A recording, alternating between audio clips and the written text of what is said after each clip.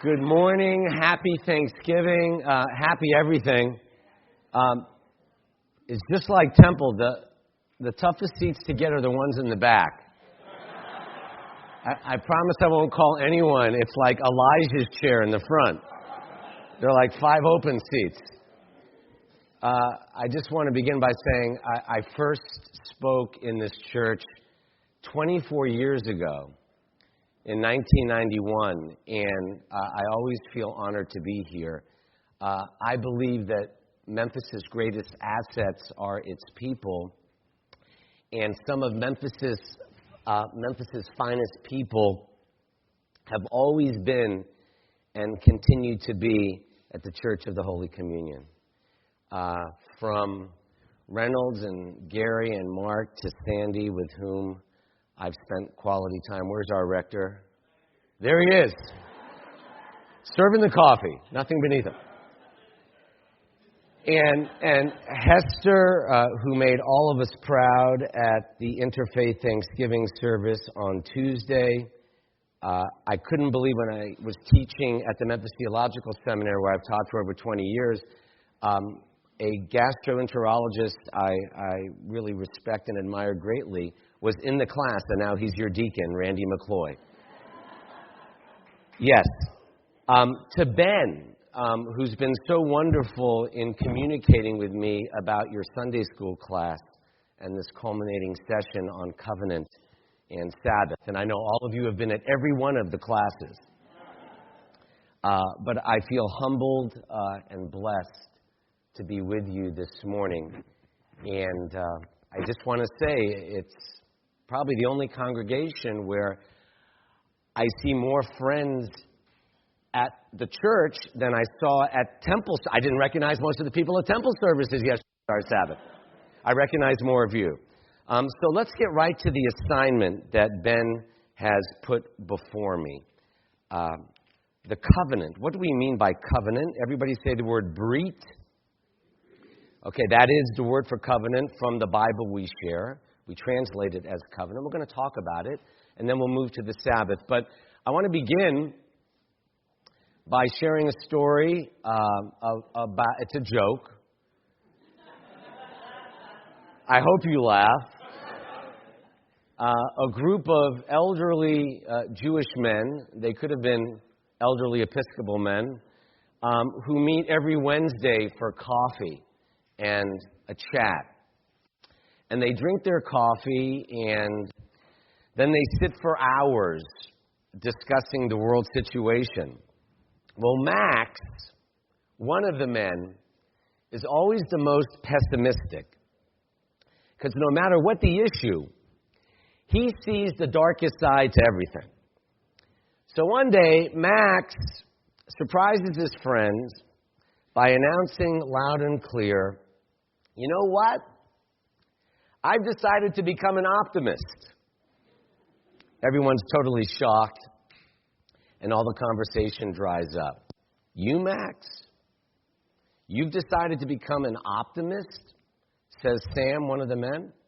"Yes, I've given it a great deal of thought, and for my last remaining years, I've decided I'm going to be the consummate optimist about everything."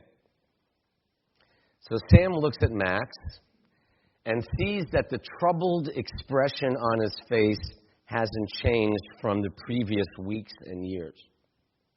So he says to Max, "Hold on a minute. If you're an optimist, why are you looking so worried?" So Max says, "What? You think it's easy being an optimist?" I share that because we live in a time of great fear. And I know that you have worship following this session. And I often marvel on my Sabbath day, which is yesterday and Friday night, when I lead prayer. I often marvel at how the prayer book, which is based on the covenant, was composed during a time when fear and fanaticism stalked the land. The prayers that I read in our Jewish prayer book, written after the time of Jesus, were composed in the Middle Ages, when Jews were powerless, when panic set in as crusaders ravaged and ransacked entire Jewish communities. Our Jewish ancestors were petrified. They were powerless. They were fearful. And in spite of that, it was the Sabbath which kept them sane. In other words, more than the people kept the Sabbath, did the Sabbath keep the people. And the covenant was one of the best responses to that understandable sensibility that everyone else outside the walls of the synagogue were experiencing. You might say that prayer, giving back, repentance, what we're about to do this morning, not just study, but pray. I know many people love the Broadway show Fiddler on the Roof. If you saw Fiddler on the Roof, raise your hand at any time. Great. So everybody says, oh, it was so wonderful. Tevya, tradition, to life. It was miserable over there. If it was so wonderful, then how come between 1880 and 1920, 3 million Jews left Eastern Europe? There was not just plumbing, there was malaria, but there were drunk Cossack soldiers who would ravage the town and who would rape women and who would hurt the children. And yet, in spite of that, the Sabbath and the idea of covenant is what enabled the Jewish people to maintain their sanity amidst the inhumanity. And that's what you see when you watch Fiddler on the Roof without knowing the historical context necessarily. So in studying the Brit of Judaism, the covenant, the eternal covenant between God and the Jewish people, I've learned that we don't have to be afraid in this eternal covenant, because the idea of covenant means that you're not alone. We take for granted that if you're in a sacred partnership or an agreement with God or another person, you're not alone. And this covenant begins in Genesis 12 when God enters it with Abraham and Sarah, the first Jew. And what does God promise to Abraham in entering this covenant? Basically, Abraham says, what's in it for me? I mean, if we're entering an agreement, I know there are a number of lawyers in the room. If we're entering a sacred agreement, what do I get from it? And what's fascinating is God's response. God basically says to Abraham, if you enter into the sacred agreement with me, I see a number of high school students here. God did not say you're going to do well on exams in December. I'm going to give you A's. God doesn't say I'm going to give you a life of ease. I'm going to spare you disease. I'm going to make your life easy. That's not what God says to Abraham if you enter into this covenant with me. God says, if you enter into the sacred covenant with me, I promise you two things. First is a bit bizarre, a spiritual homeland. I'll give you a land. Borders to be defined and still in definition. But 4,000 years later, despite everything, Israel still lives. The second promise God makes, if we become God's partner in this particular Jewish covenant. There are other covenants, Christian covenants, Muslim covenants. We'll talk about all the different covenants if we have time. But what's fascinating about this covenant is God says, Eheyeh imach is the original Hebrew. I'm not sure how the English translates it, but it means literally, if you enter this covenant, while I will not promise you a life free of problems, here's what I promise you. I will be with you through it all. There's a God who shares our pain and concern. Now, this isn't the only covenant, as I said. I'm smiling because it's important things like this, but that we realize that we don't have to keep the world alone. It's important that we have spiritual allies from all different covenants.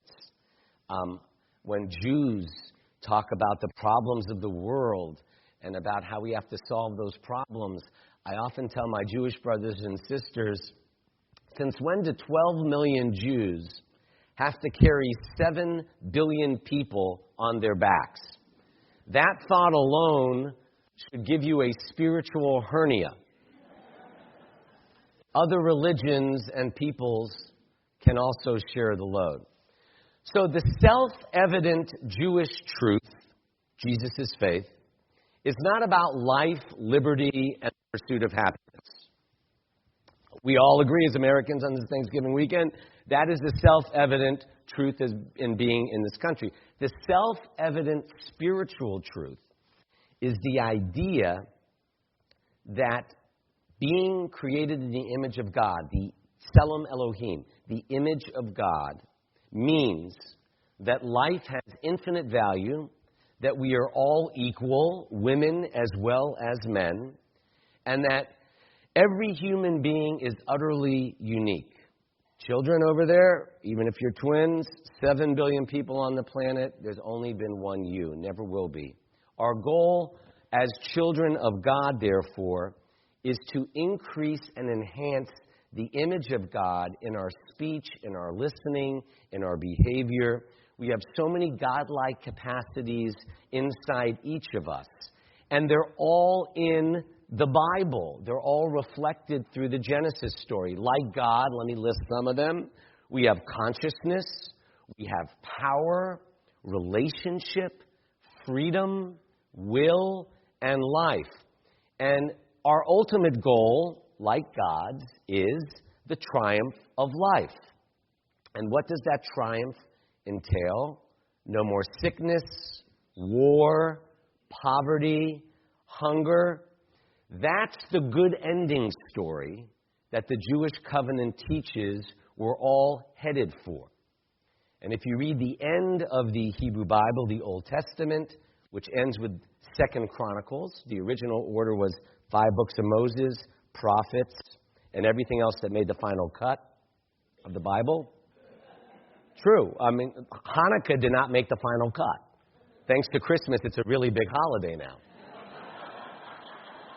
But it's true. If you have Catholic friends that made the final cut. But at the end of 2 Chronicles, everyone's going to go up to the mountain of the Lord. It's a happy ending story, and everybody comes as they are. If you're Christian, you come as a Christian. If you're a member of another faith community or covenant, because all will be one. So that's the triumph of life. And because we hold that the image of God to be self-evident, the greatest response to a world where life isn't worth a penny is precisely the rehabilitation of the image of God. Oh, you may say, those of you who are older than I and may have witnessed the most malicious attack on that self-evident truth of the image of God, the kingdom of evil known as the Holocaust. Some of you students may have read the Diary of Anne Frank and may be familiar with the Holocaust. You might say, what are you talking about, Rabbi, the triumph of life? Didn't the triumph of death win? To the contrary. Satan and evil must be terribly depressed, because after the Holocaust, what could they possibly do for an encore? The story of this Jewish covenant is a happy ending, a good ending story. It's about the triumph of life and the image of God in each of us. So I guess the overarching message of the covenant is, do not underestimate the power of life. And those who embrace this message and journey, the paradigm for this partnership between God and the image of God, the Tselem Elohim, the likeness of God in each of us, is this concept you've been studying. The covenant, Brit. If you ever heard of B'nai B'rith, or, our youth group is called BBYO. It's like Christian youth, the Jewish youth. That has the word covenant in it. If you ever come to Temple Israel, and we are sister congregations, so one of you asked me, are we invited? Absolutely. You know how it says, my house shall be called a house of prayer for all peoples? We really mean it. So the tapestry in our chapel is this symbol of the covenant. The covenant we have entered is about a God who has ultimate love and respect for every human being. Now, from a cosmic perspective, we may ask the question, why should any God care if millions are suffering in this sliver of time and space? And the God of Judaism, which is the God of all people, does care. The tradition teaches that we are in a covenant with God who says, we're in covenant with a God who says, in essence, I care. I will help you. And as I said, God says to Abraham, I will be with you, but I won't do it for you. Now, an important question arises in covenant living. And by the way, there are different covenants. I mentioned that. Different covenants of truth that are irrevocable and eternal. Let me give you an image. God is the sunshine, the source that illuminates the different stained glass windows at the St. Mary's Cathedral is a good image. You know, the beautiful Episcopal Cathedral with all those windows. Each window is a different covenant story. There is a Christian window. There is a Jewish window. There is a Hindu window, a Buddhist window. You know, we forget from God's vantage point, cosmic vantage point, with over 7 billion people on the planet, we're all minorities. Even Christians. There may be 2 billion Christians in the world, but there are over 7 billion people. So each of these windows is a covenant. And each one is a different road to the same destination. Each one is precious. A fundamentalist would say, the light only shines through my window. A fanatic would break all the other windows except his. And you might ask, because I know we get into this question of, wait, how can you be right and I be right? One of us has to be wrong. That's a fundamentalist approach. And with children here, it reminds me my favorite example to demonstrate how different truths can hold the truth, because we are refractions of God's light, and it's possible for different faith traditions to both be true. I see a young man over here who looks like my son. I won't call him out. I don't know his name. But if he were to say, I have the greatest dad in the world, wouldn't my son say, no, you're wrong. What do you mean you have the greatest dad in the world? I have the greatest dad in the world. Or he could say, I have the greatest mom in the world. And then my son Jake would say, no, you don't. My mom's the greatest mom in the world. How could they both be right? And the answer is, I hope they're both right. I hope that young man feels that he has the greatest mom and dad in the world. And in the same block, when you go home after church today, on the Cove, think about that image too. So the covenants are all precious, unique, and true. And an important question in the covenant between God and Israel, which I want to raise with you, this is a very deep idea developed for today, is this covenant between God and the Jewish people, and you could extend it into your Christian covenant, is it essentially a limited contractual relationship which depends on Israel's merit or our merit? Does it depend for its sustainability on the people's fulfillment of God's commandments, like the Sabbath? Or is this divine human relationship sustained initially by God's unconditional love?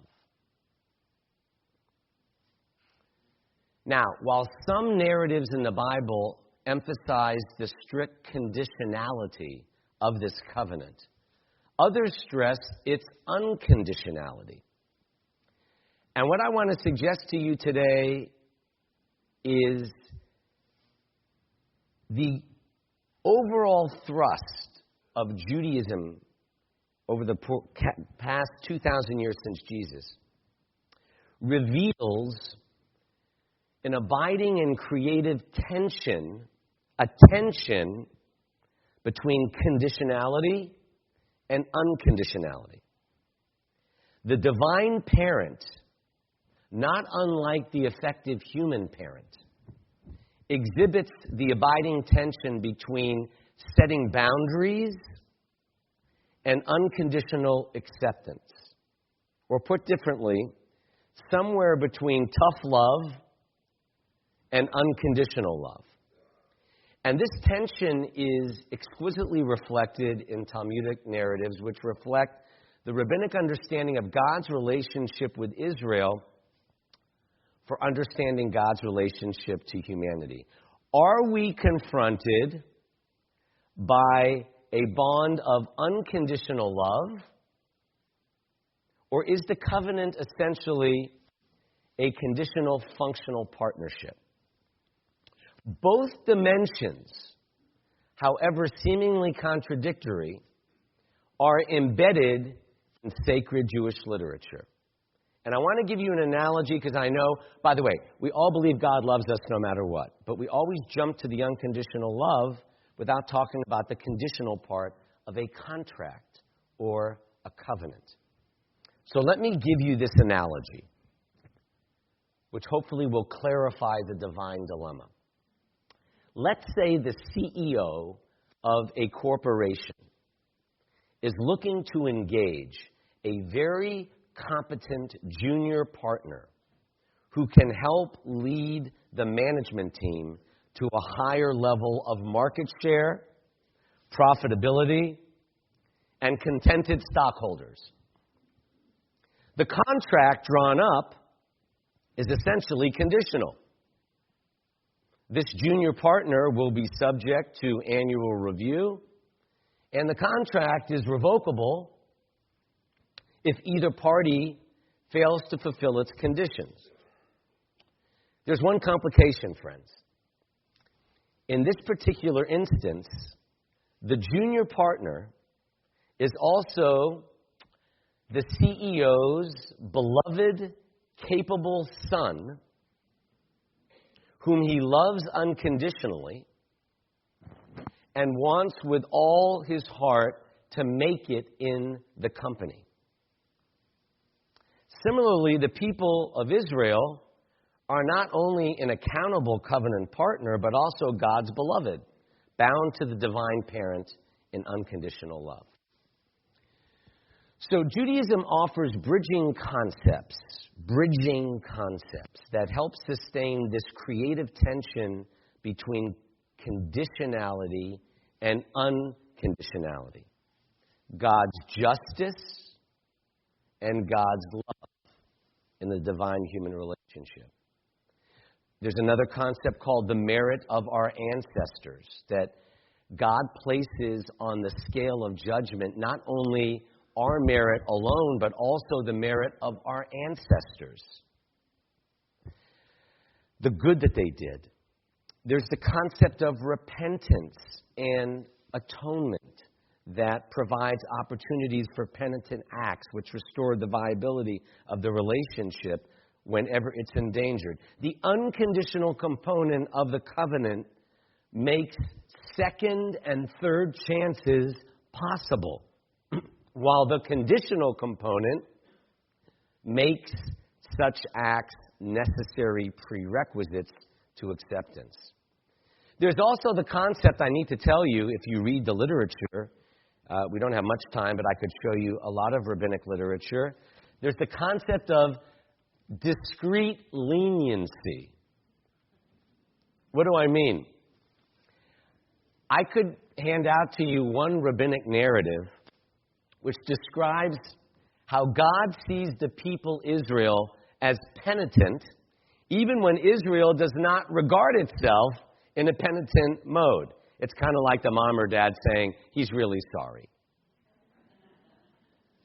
As my mentor teaches, what may to a casual observer appear as an exercise in verbal gymnastics reflects a profound truth.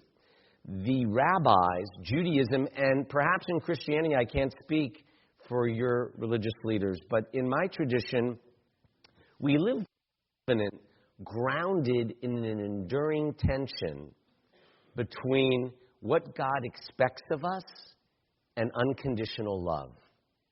And I think there is a broader relevance to this understanding. It applies to virtually all sustainable human relationships. A good marriage is lived in that creative tension, at least mine is, between mutual accountability and unconditional love. The art of parenting also involves unconditional acceptance and the accountability of what it means to do what you're supposed to do as a son or daughter. So no wonder that there is even a rabbinic legend which describes God's various attempts to establish the foundations of the world. On what foundation did God build this world? It wasn't the crumb firm. Somebody didn't get that. They also helped build temple. That's why the roof didn't leak this morning when I was at temple earlier. But what were the foundations? At first, God intended, the rabbis say, to establish this world on the foundation of strength and justice. But God saw that it could not stand. So then God tried to create the world on the foundation of just love. God saw that it could not stand. So according to the legend, God created the world on the dual foundations of justice and love. Any covenant, any agreement involves some mutuality. One of my favorite stories about this love relationship was in Fiddler on the Roofland. One of the founders of Hasidism, they're Orthodox Jews. You may see them with black hats and curls. They were the peasant uprising against the ivory tower rabbis, and they're still around. There's one in Memphis called Chabad. Anyway, one of the founders of Hasidism, Levi Yitzchak Berdichev, he gets up there on our Easter, on our Day of Atonement, called Yom Kippur, the day that Sandy Koufax wouldn't pitch. The Big Kipper. Called the Big Kipper. You know the story, by the way, since I know there are a lot of Cardinal fans in the room. You know Koufax wouldn't pitch on Yom Kippur. So Drysdale, right? What's the coach's name at the time? Help me out. Thank you. So Drysdale goes out there and pitching for Koufax. He gives up like 6 runs in the first 2 innings. So when coach comes out to take the ball, Drysdale doesn't even stop. He gives the coach the ball. He says, "Bet you wish I was a Jew now." It really happened. So on Yom Kippur that day, Rabbi Levi Yitzchak Berdichev is the name of the rabbi in Eastern Europe, where the atrocities that Jews experienced there, which is why they came to these shores and came through Ellis Island. So you're supposed to ask God for forgiveness. God, forgive me for my sins. So Levi Yitzchak Berdichev, the rabbi, he gets up in front of the ark and he says, "Okay, God, we're in covenant, right? So here's the deal. That man over there, he's a tailor. Okay. he may have skimped 1/8 an inch on someone's trousers that he was mending. But you allow a world in which these children have been killed and these women have been violated. You allow a world in which all this suffering is happening not because of anything we've done. So here's the deal, God. You forgive us, we'll forgive you. It's called chutzpah. The ultimate gall and nerve. But that is what happens in covenant. Covenant isn't some mamby-pamby, oh, I'm submissive. Covenant is complete mutuality, conditionality, and unconditional love. So you need a pattern of living. Living in the covenant requires a framework. And the Sabbath brings us together as individuals, as family, as a congregational family. You know, in asking the question, what is it that we can learn from each other's covenants? I think one thing that we can take from Jesus' faith, Judaism, is concretizing the holy. What do I mean by that? I know you're going to be in church until about noon or 1 o'clock. But if I asked you, how would I know it was your Sabbath at 2:30 this afternoon? Being at Oak Court Mall or the Galleria or Saddle Creek or Laurelwood, you may not know that it was the Sabbath. So concretizing the holy means a 24-hour period of Sabbath. Let me give you one paragraph that explains it well. The word Sabbath means to go on strike. That's really what it means. The Hebrew word Shabbat. Sabbath comes from Shabbat.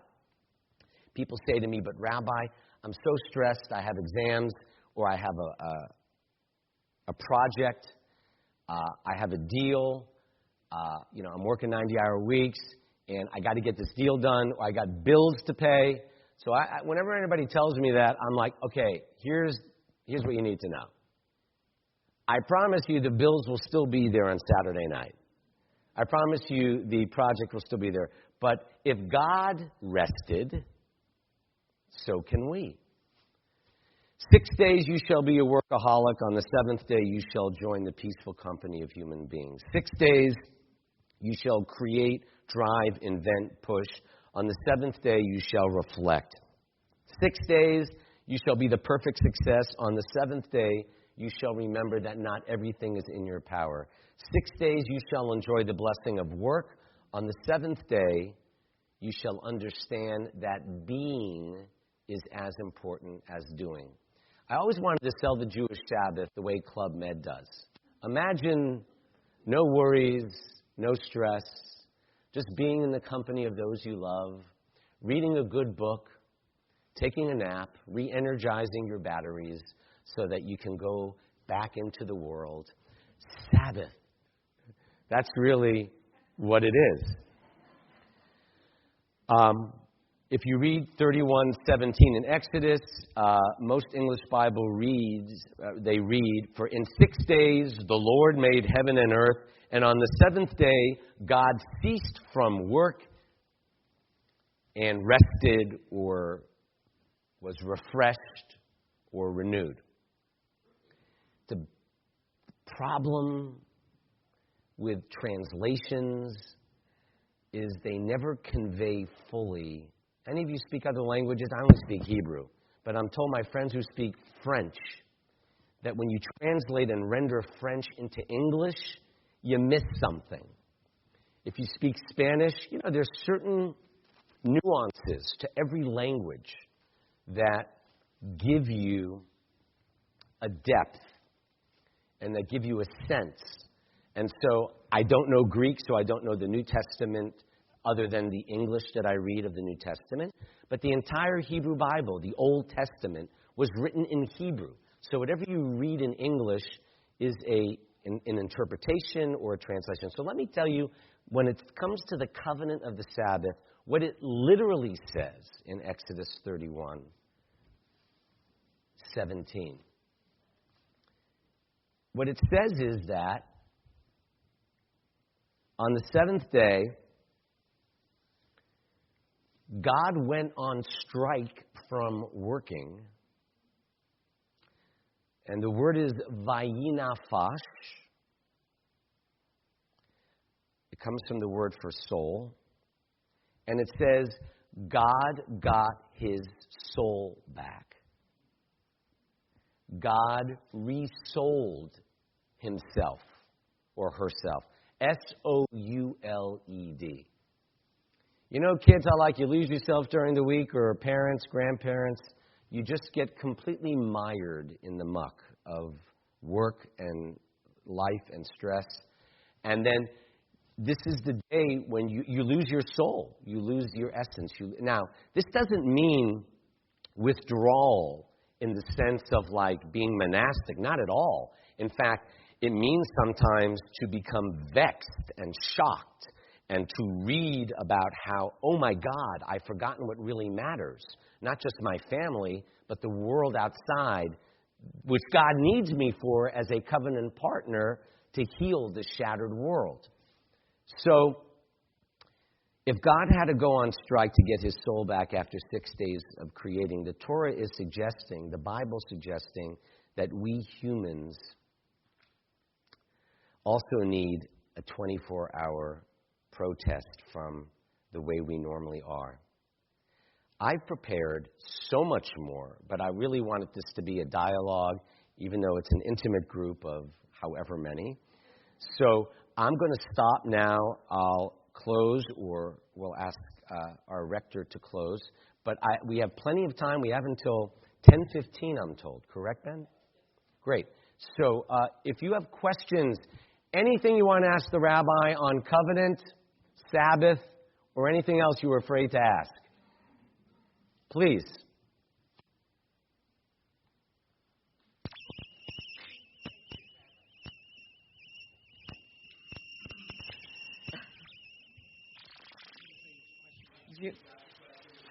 When do you take your Sabbath? When do you find time? Today.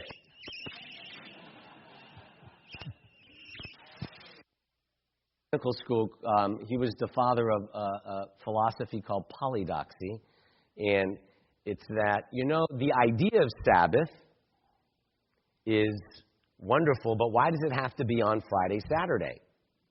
That's when it originally was. Why can't it be on Tuesday? Well, the answer is Christmas is on December 24th, 25th. You're not going to have it in July. And the Sabbath is on Saturday. For me, it's hard, of course. Like a weekend like this, 6 baby namings, 3 wedding couples, a bat mitzvah yesterday. So with a lot of us who are in the religious world, it's do as I say, not necessarily as I do.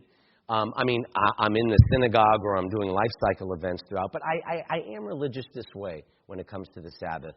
I'm very observant. After a bar mitzvah or bat mitzvah, Saturday we have study like this early morning. We have services, a bat mitzvah. About 1 o'clock, unless there's a baby naming, I'll go home, and between 2 and 5, I do nothing, and I have a pile next to our bed that has like Runner's World, New Yorker, my alumni news. It's the pile of stuff that takes me away from Talmud and Torah and what I do during the week. So I do go on. I think a lot of it is a state of mind. It's not necessarily just physical. You don't have to leave the Memphis airport to enter a different mind frame. So I do observe Saturday afternoon before sunrise. Now, it begins Friday evening. It's not just Christmas Eve. All Jewish holidays, because it says in Genesis, there was evening and there was morning. So we count time by the evening to evening. So the Sabbath is always on a Friday evening and goes through Saturday to sundown. When I was a younger rabbi, now that I'm an old rabbi, since y'all are friends, I had one of those experiences with my team. You know, Ben, Hester, and Sandy are the youth group, right? They are wise, but they are much younger. So my team, I have an amazing team. We recruited a rabbi from L.A. and Kansas City. Her name is Bess Wollner, and she's about 30-ish. And then Katie Bowman, amazing colleague, she's about 35. And now we have Abby and Fievel. So we're sitting in a meeting, and I made a comment in the team meeting, and Bess says, I once heard a rabbi of your generation say something's kind of similar, but I really like what you said. I'm like, of my generation? You're killing me. And she's hilarious. So, I don't know, what do you call those grandparents? Papa or Zadie is the Yiddish word, back to Fiddler on the Roof, for a grandpa. She says, why don't I just call you Zadie? I'm like, oh my God. But we all take Sabbaths at different times in different ways, and part of it is the challenge for Jews in America is Sunday's the Sabbath, not Saturday. So it takes a conscious act. If you want to know when it's the Sabbath in a Christian environment, just breathe on a Sunday, and you know that. So for Jewish people, you have to really intentionally turn Friday night and Saturday into the Sabbath. And so we did it Friday night. We sing songs to put people in the mood. Otherwise, it's just Friday night. You begin by lighting 2 candles because it says in Exodus and Deuteronomy, remember the Sabbath and keep the Sabbath. So we light 2 candles on Friday night. And I tell people, you could be out at a restaurant. Put the candles together and say, make Sabbath wherever you are. Ideally, you would start it at home with family, around a table. Israel's a beautiful place to experience the Sabbath because, by the way, Israel was voted the 7th happiest country in the world. There's a happiness index. Did you know that? America's like 18. Like, why would Israel, which is in this bad neighborhood, surrounded by dictatorial regimes, this democracy, why would it be voted this? And I'm convinced the Sabbath has something to do with it because Israel, you can get, it's the size of West Tennessee. You can get anywhere in 4 hours in the whole country. So on Friday afternoon, Sunday is a work day in Israel. I mean, Fortune 500 companies, law firms, schools, you go to school on Sunday. Friday's a half day. People buy flowers, and then they go home. And all the grandparents, all the generations are together on Friday night for dinner. Everybody can be together on Friday night for a family dinner. That's Sabbath. And then Saturday, things are quiet. If you're very observant, you might go to synagogue. Or if you're in Tel Aviv, you may go to the beach. It's family day. It's your only day off to be together. And then Sunday is like Monday here. Other questions, please? Yes.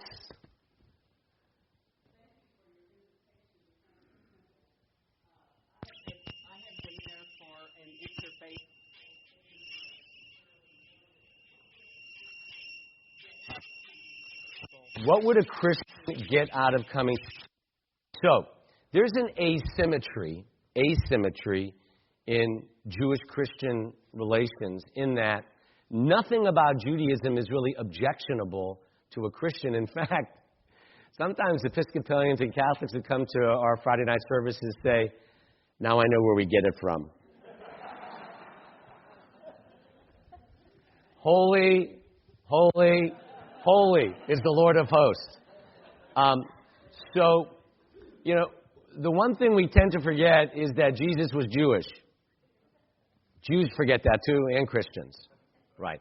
So the dividing line between Judaism and Christianity is whether we believe the Messiah has already come or whether he's coming back.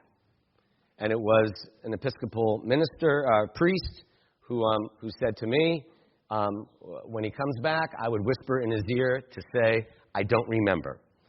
So we're all praying for that day when the world will be whole again. So what would you get out of it? You would, I think, experience the same Spirit of God that you hear. It just isn't Christological. It's more about, you might say, the Father, the unity of God. Deuteronomy 6:4. But you're welcome anytime, Friday nights at 6:15. Come as you are. It's a great question. Is most of it spoken in Hebrew? No, Hebrew and English. The different streams of Judaism, we don't have denominations, are Reform, Conservative, Orthodox, you might say. And Orthodox Judaism tends to preserve mostly Hebrew. Men and women don't sit together. And it preserves an era of Judaism that was pre-modern and preserves that history. Reform, which is about 70% of Memphis and about over 50% of America, is a balance of English and Hebrew. It's in the vernacular. If you go to, it's so funny, our members went to Latin America and they're like, it wasn't a Reformed synagogue. I'm like, what do you mean? They were speaking in Spanish or Portuguese. I'm like, what do you think? Then the same person went to Israel. They said, they're all speaking in Hebrew. I'm like, well, what do you expect? So Reform got a lot from the Protestant church. Like, we have confirmation, which is 10th grade, not 7th grade, and the vernacular to make the service intelligible. Conservative Judaism, you know, by Opera Memphis across the street from, that's Beth Shalom, that's called conservative Judaism. So they have somewhere between Orthodox and Reform in terms of Hebrew English. So they'll be both. The good thing is our prayer book is all in transliteration, so you can read the Hebrew in English. So, like yesterday's bat mitzvah, often at bar and bat mitzvah. How many of you kids have been to a friend's bar or bat mitzvah? There you go. So at some weeks at Temple, there are more people who are not Jewish than Jewish. So I wish the Jews enjoyed it as much. Here we go. Other questions, please. Yes, please. Yes, back to love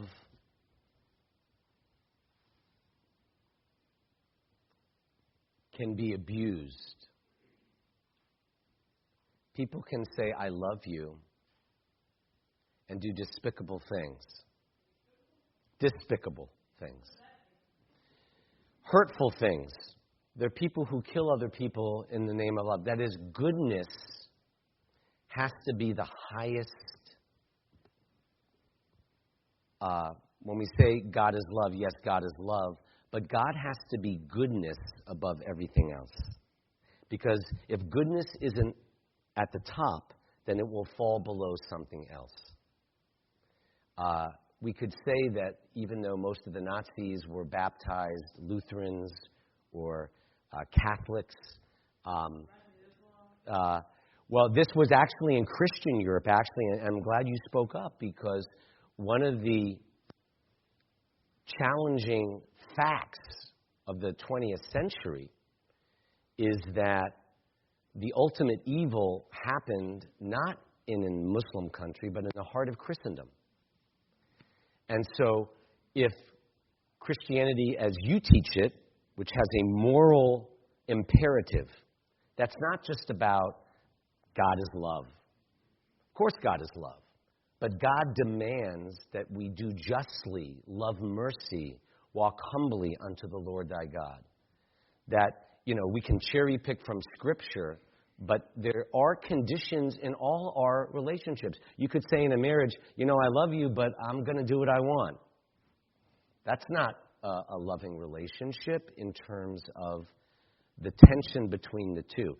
I think we're so conditioned by the concept of unconditional love, which we should never lose. I mean, after God says to the Jewish people in Hosea and Isaiah, I just read yesterday, I will never stop loving you. And it's because I love you, child, that I want you to rise up to your highest self. So that's the conditionality. Other questions, please. Thank you for the question. You sure? Nothing? Yes, sir.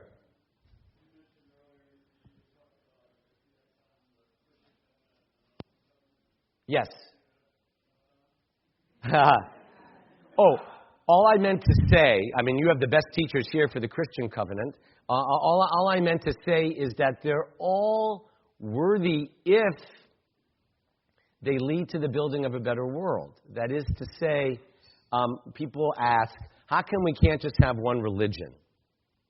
Or how come we can't just have one language? There is one. It's called Esperanto. It never took off. Why? Because just as some of you, I was looking for a coin in my pocket. You know, God, forget about God. U.S. Treasury, you know, they mint the coins all the same, and they come out the same way. This image of God, that's the heart of the covenant, the generator of it. God put the image of God in each of us, but we're all different.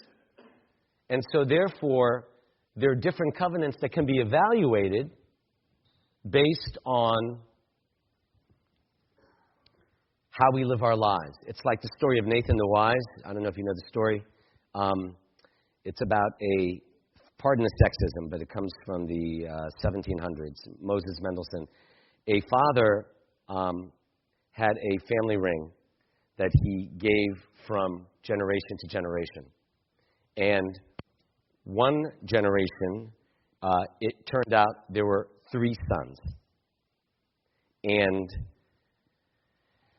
he didn't know which one to give it to. So what he did was he went to a jeweler and he had 2 rings made identical to the original. And when that father died, the 3 sons showed up and they said, I got the ring. And they all showed up with the same ring. Said, what do you do? By the way, this was a metaphor for Christianity, Judaism, and Islam. This was in Europe. So they went to a judge. And the judge called in an expert and, sure enough, could not determine which was the original. And so the judge said, here's the deal. By how you live your life, we'll know who holds the original. By what you do in the world, by what you do to make your Father proud, by what you do to spread goodness in the world, then we'll know which one is the original. And so that's why I was saying that the Christian covenant is a salvific, worthy way to God, just as the Jewish covenant is. And those who betray Christianity or Judaism or Islam or Buddhism or Hinduism aren't living in covenant. Thank you very much. I think that's it. Yep. Thanks, man. You switch off your power pack. Yeah. Switch off your power pack. Micah, thank you so much for being with us. Well, I'm going to ask you to thank Micah one more time because after that youth group comment, he may not be invited back again. Just kidding. Micah, that was a really perfect coda to all of the things that we have been studying this semester. Next week, we're picking up with a 3-part Advent series. Hester and Ben are going to be running a class in this room about active waiting. How can we be in Advent, anticipating and waiting and moving forward, but doing it actively and tangibly. And I'm going to be offering a class upstairs on biblical authority. What is it that we mean when we say that the Scripture has authority, and how do we read it? So we've got some great learning to do for these next 3 weeks. But, Mike, you have kicked us off, and you're a dear friend, and I'm so grateful to have you. Thank you very, very much.